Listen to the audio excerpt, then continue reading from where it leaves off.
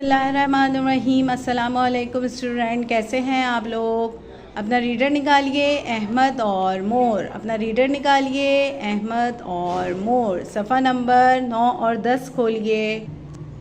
सफ़ा नंबर 9।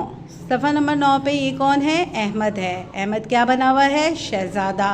अहमद के सर पर ताज है। ये क्या है? फव्वारा है। ये कौन है? सिपाही है। ये लोग कहाँ आए हुए हैं? बाग में आए हुए हैं।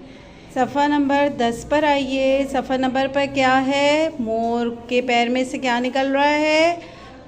खून निकल रहा है। क्यों निकल रहा है? पिछले सफ़े पे हमने पढ़ा था ना, मोर को चोट लगी और उसके पर भी गिरे हुए हैं ये ज़मीन पर। उसको इतने बुरे तरीके से चोट लगी, उसने बहुत शोर भी मचाया। क्या लिखा हुआ है ये? मोर ने शोर मचाया। आइए बच्चों मेरे साथ पढ़िए, मोर ने शोर मचाया। अपना ख्याल रखिएगा। ये दोनों सफ़ात अपने वालिदैन के साथ पढ़िएगा। अल्लाह हाफ़िज़।